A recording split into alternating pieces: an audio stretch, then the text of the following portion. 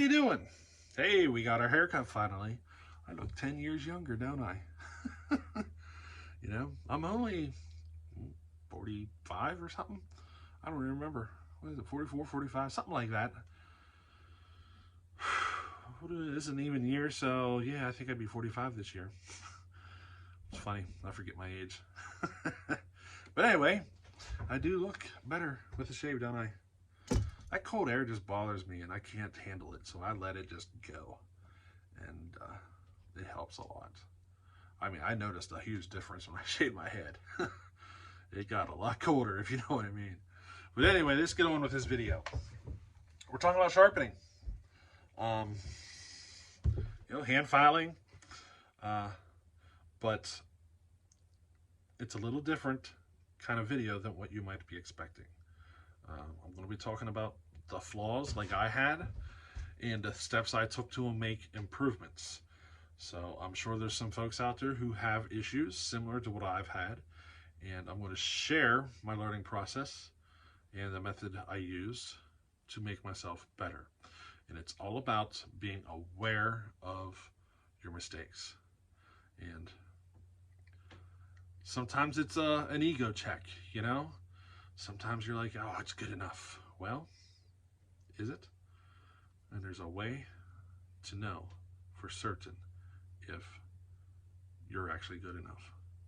I wasn't, and I had to do this to discover that I wasn't, and then become self-aware so that I could make the changes. So you should enjoy this one. I'm sharing what I did to kind of become aware of my problems and my issues and help me make the changes to get better. Alrighty, so I hope you enjoy it. It's a lot of talking, but here we go.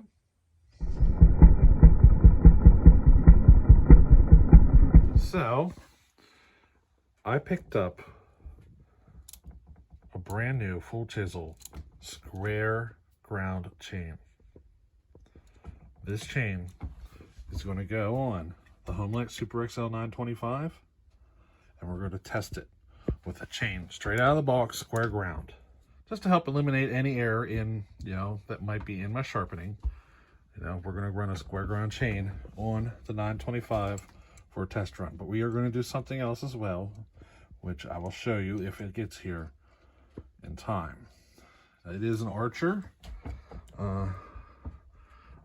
Some people like Archer, some people don't. You know, I don't have any problem with Archer, you know. It suits me. But I can tell you, Oregon is better. You know, the other chains are better. So, you know what I mean? But Archer, it suits me just fine. But I wanted to just talk to you about the chain. And I have been, for the past several weeks, doing nothing but playing with chain, the sharpening, the angles, the rakers. I mean, I've been spending weeks doing nothing but that. And I want to kind of explain to you what I have found works best for me. So you know how we talk about the depth of the rakers versus the tooth and our angles and all that stuff. So just in case you're wondering here, I got two files that I compare to a lot. You know, I put them in here, compare the angles and all that stuff. And I don't know if you can tell, this gullet is a little bit deeper than what the file is. It's a 7/32 file, you know, so the gullet is a little deeper than what a 7/32 file is, but it's not as deep as what a 3/16 file would put it. So the way I have my grinder set up is in between those two files with a 25 thousandth raker, and I'm going to change it. I just haven't decided which.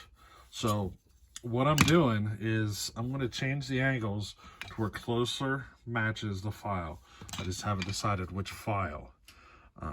I want to be able to resharpen in the field and have it still cut the same as if it was off my grinder. You know what I mean? And that's because, you know, the angles of the grinder could be different than what the file angles would point. I want them to match as close as possible. So that's the final adjustment. That's where I'm at with my grinder. You know, I just got to make that final little tweak.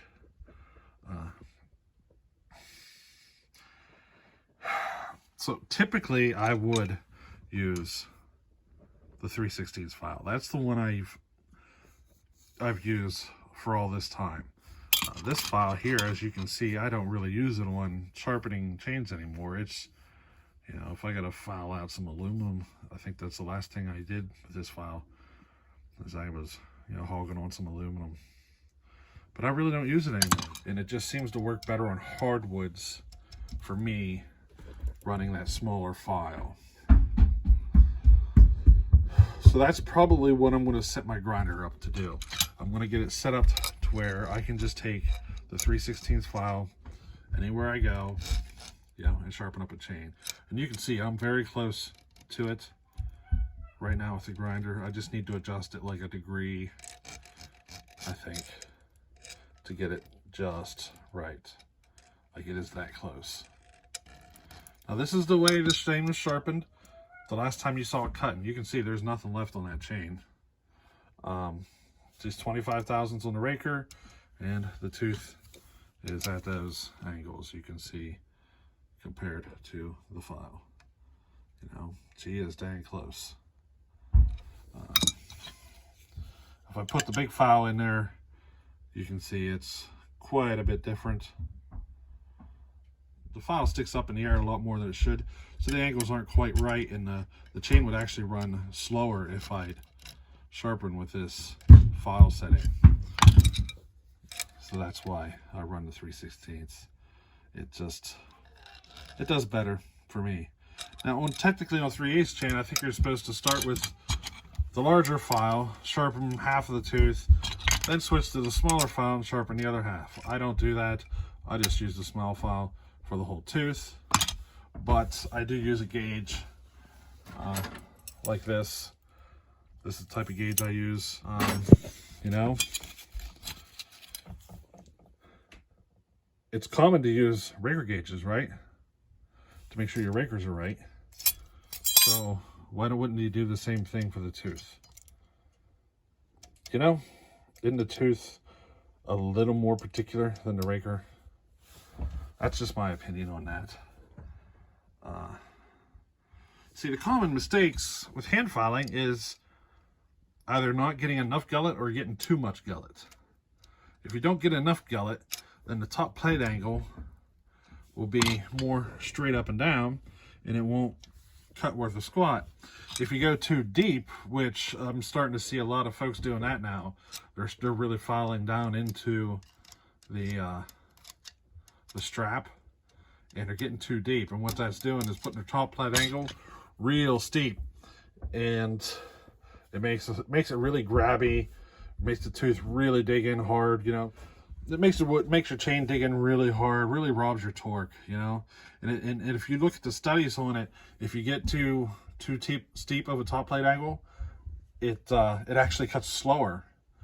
So, like, if you're too steep, you cut slower. If you're too straight up and down, you cut slower. There's a sweet spot right in the middle, and they say it's roughly 60 degrees. I've never actually tried to measure it, but they say it's roughly in that region. Like, let me show you what I'm talking about. Like, figure your splitters here, okay? You know, we talk about axes a lot. So, look at your axe. You know, whenever you have a small, thin point and you're trying to split wood, what happens? She goes deep and sticks and doesn't always work so efficiently, right? Where if you have a wider profile, let's see how this one looks. This one looks a little wider. She tends to still penetrate. It doesn't stick as bad, and it helps to, you know, split the wood easier. And there's kind of the same thing is going on. It's kind of the same thing is going on with chains too. You know, you got to get them angles just right. So whenever you get the angles just right, you just got something that's a dream to run, you know. And I find when I'm hand filing, I never get the sweet spot. I always end up, me personally, I have a heavy hand, so I end up way too deep. And I end up with a top plate angle that's super steep and all sorts of stuff. So that's why I started using the gauges on everything.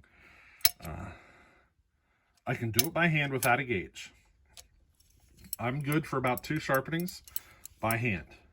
But if I start getting past 2, say I go past 2 and get into the 3rd or 4th or 5th sharpening without using a gauge, things are going to get wonky in there, and the chain's just not going to cut as well. So I've been getting into the habit of using the gauges a lot more. I just end up with a better finish every time. So I'd like to issue a challenge to some of you. Now, don't start with a new chain. That's like cheating. You know, you've already got the factory edges there that you guide you. Couple of strokes and you're sharp. Wait, sharpen that sucker by hand until that chain is down almost to the end. Okay? By hand. Make a test cut. Then set yourself up the proper gauges for the raker and for sharpening the tooth. Get it all sharpened up, then make another test cut and tell me which one works better for you. For me, it always goes better with the gauge, and it isn't a little difference either. Like, it is a big difference. I am not a professional cutter. I don't cut all day every day, sharpening all day every day to get that skilled at it. You know, the folks that do this all day every day, they get this tremendous skill that they can just feel it. I'm not there. And I'm willing to admit that I'm not there. So I use the gauges, you know. I recognize that I'm not perfect and my saws run better when I use a gauge. And I challenge you to try that. Do that test sometime. Now, the reason I bring this up is a little something I call self-awareness. Whenever you become self-aware of where you need work, you improve just by being aware. And this little challenge will help show you your flaws or where you need to work. You know what I mean? On your hand filing. And whenever I got to that point that I became aware of my issues and I started taking steps, that's whenever my skill level really started to improve. And I think a lot of you would have the same results. So that's why I'm asking you to do this challenge. Do it by hand until you're near the end, and then set everything up with a gauge and compare your cuts. You'll probably notice a difference. If you don't, then I applaud you, really, because that means you are very good at what you do. And I'll be willing to bet most of you cut either professionally or a lot more often than a firewood person like myself would. You know what I mean? But there's another reason I bring this up. So I work on saws. I work on a lot of saws. And a lot of the time, the damage is caused by excessive heat. And more often than not, that excessive heat is being caused by a horrible job at the sharpening. It's more common than you can realize.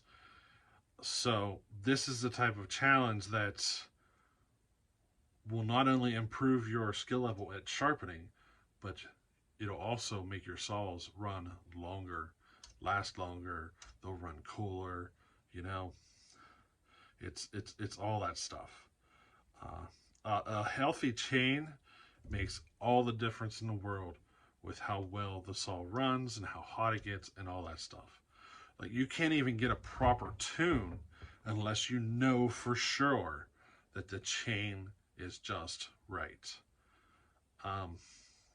How often have you heard the comment that a brand new chain cuts faster than an old one? Because it's so common to hear that quote or that mindset that it's became kind of like a common sense thought amongst a lot of people, when in fact it should not be true. It should actually be the other way around, because a well sharpened chain should be better than the factory edge, because those factory machines are spitting out so much chain so fast that they cannot be as particular as what we can. So our hand filing or our sharpening, our methods should be able to get a better result than a factory chain. And the further you sharpen down the chain or down the tooth, the faster it should get, because you have less tooth to drag through the wood. So something to consider there. This isn't just about talking about your skill level. This is also talking about, how healthy your saw is and how long it lasts and how well it's taken care of. So a little challenge for you. And if any of you have a channel and are brave enough to post the results, do it. It's not only teaches you, it teaches everybody else the importance of sharpening. It not only helps teach us our flaws, but it helps teach the viewers as well. And I encourage you to show your results. Especially if you discover that using the gauges gives you a much better result. Because you just learned something, share it. I discovered this a long time ago, and ever since then, I have every opportunity I've had to talk about it, I have talked about it.